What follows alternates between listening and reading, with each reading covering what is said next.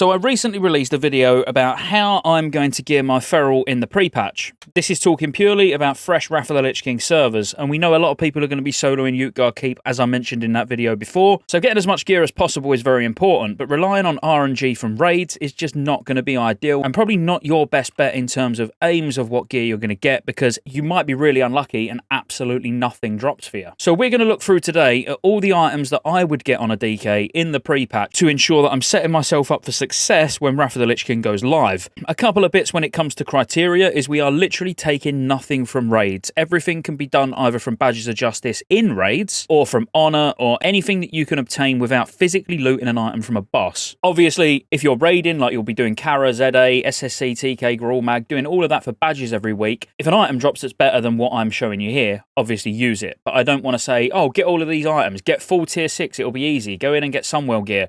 Probably not going to be easy to get all of that stuff. If you can, and you're in the position where you can do that, and you can get in Sunwell very quick and start getting even better gear than this, go for it. But this is more just a realistic setup of what you can definitely achieve. What more or less every person who watches this video can achieve. We will look at a two-handed weapon, but I've put it as Frost because you can go dual-wield Frost, dual-wield Unholy, dual-wield Tank. You know, if you just try and get two one-handed weapons, you're all right. But if you want to get a two-hand, we'll have a look at a two-hand as well. There is one thing that's a little bit uncertain, is if Season 3 and Season 4 gear will become available for Honor, and if the Arena Team requirement will be removed from pieces of gear like bracers, belt, and stuff like that. I'm going to assume it will be, so some of those bits will be included in the list, but we will talk about alternatives just in case. So for the head, ideally, if you're engineering, you're going to want to get the engineering head. I know most DPS are going to be engineering, so we're going to put this one in. If you can get into a Sunwell trash farm to be able to get the upgraded head, the Mayhem projection goggles, obviously absolutely do that. But just for this purpose, we're going to say that you've leveled engineering and you're going to be able to make your NG head during the pre-patch, which will be absolutely fine. For the neck, you're going to want to get yourself 16,000 honor, which shouldn't take you too long to farm at all, and get the Guardian's Pendant of Triumph, which is crit, attack power, resilience, 39 stamina, and a socket. It's not the greatest neck in the world, don't get me wrong, but it will be decent, and as I say, it'll help you out when you get into Wrath of the Lich King. For the shoulders, you've got some options. You can either go into Magister's Terrace Heroic, which, by the way, I will be including 5-man gear, because you're going to be doing a lot of heroics, so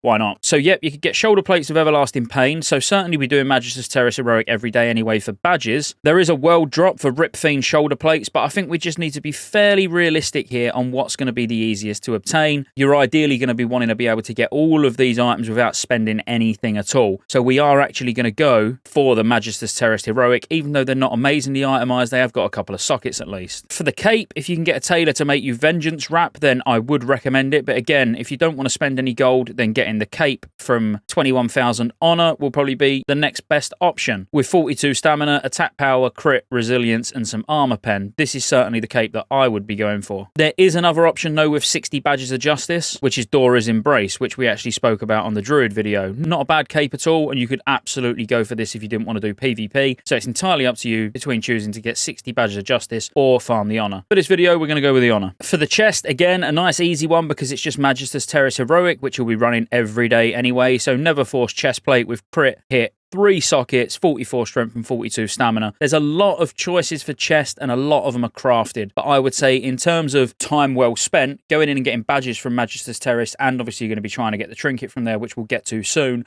and going for this chest and being able to get the shoulders, you're getting a lot of items from one place. So definitely worthwhile. For the wrists, assuming there's no arena team requirement like there is currently, I'm guessing that's going to be removed, so we're going to go for Guardian's Plate Bracers. There are a level alternative for 35 Badges of Justice. You could get Master Assassin wrist wraps with crit, attack power, and agility. Not ideal, but I would personally be going for Guardian's Plate Bracers. For the weapons, ideally you're going to want to get brutal weapons. You know, Season 4, let's be fair, they are absolutely amazing. And really, that's going to be possible if it changes to Honor. So if it changes to Honor, then absolutely go for brutal. We're going to assume it's not changing to honor, even though I think it will, but just in case it don't, we'll look at something else. So you could get for your two-handed weapon choice for 150 badges, you can get the two-handed axe for 150 badges of justice. This would probably be the one that I would recommend because out of all of the big DPS options, this is probably going to be your best bet. Obviously, you've got like the Season 3 weapons as an option if they turn to Honor. But ideally, for two-hand, I would say the Badge of Justice. But we are going dual wield on this character, so we're going to look for two decent one-handed weapons. And believe me, outside of the PvP weapons, it's not the easiest thing to find. So ideally, even going for the Season 2 PvP weapons is probably going to be the way to go. If you was going blacksmithing, obviously you've got the option of your crafted weapons. But I would say the vengeful weapons, even if they stay as arena points, you've got to remember they are massively reduced. So even if it stayed exactly as it is, you're only going to need 1500 arena rating, which you'd get in 2 weeks anyway. So you could get the main hand and the off hand, both 2.6 speed, and this is certainly what I would be going for as a DK,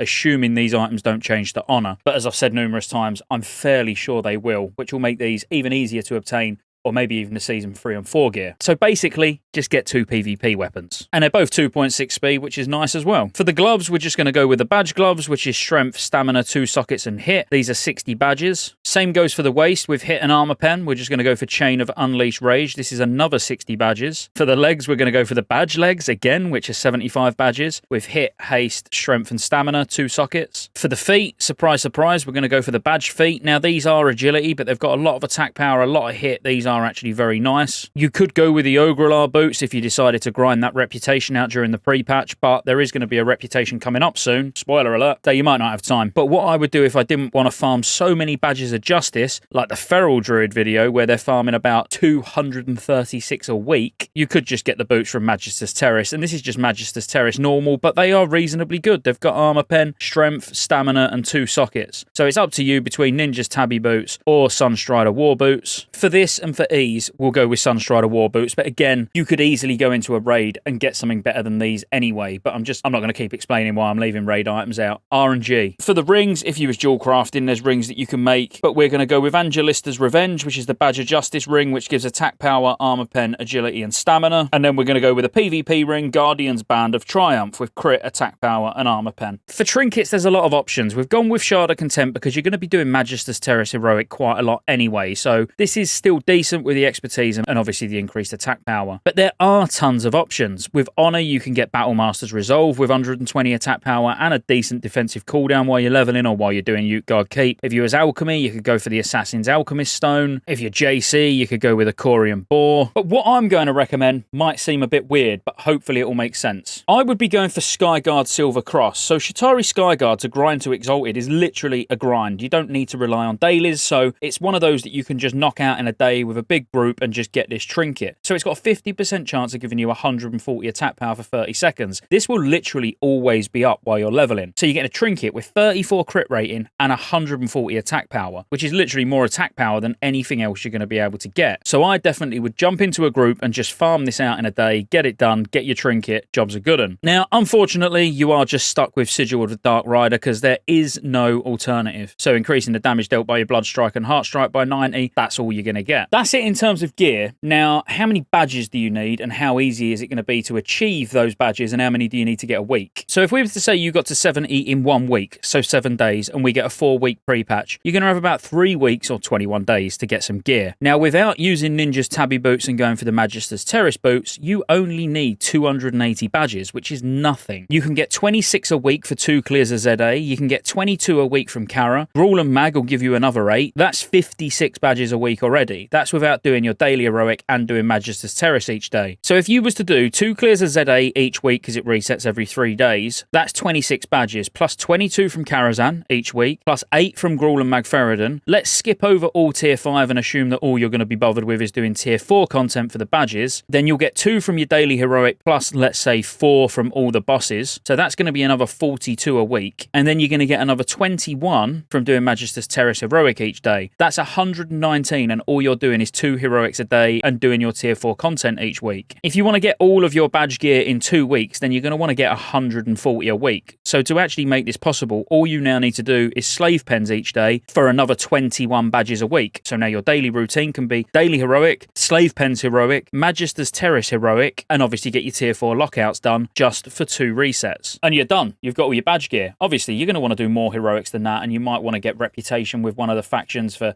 your head enchant or whatever. So you're going to end up doing more. But the point is, as a DK, actually, you don't need to go that nuts on badge farming. You can spend a bit more time PvPing to get gear that's going to be ultimately better or equal to just sitting in heroics all day. Remember, you can change any of these pieces of gear if you get into tier 5, tier 6 raids really quick, because ultimately that's what we want to do. We want to be clearing SSC and TK every week, you know, get into BT, like try and get some gear really fast. And I think so many people are going to be doing it that there's going to be pugs all over the place. So I really don't think you're going to have a difficult time in week 3, week 4 of the pre-patch to actually get into some of these raids. But if you just want to go bare bones and get a really decent sort of setup of gear, then follow this, and if you get any upgrades that are better than these along the way, obviously just replace them. But this requires no RNG. This is pure you going in and just doing things. The only bit of RNG is from 5-man heroics, getting your Magister's Terrace heroic gear.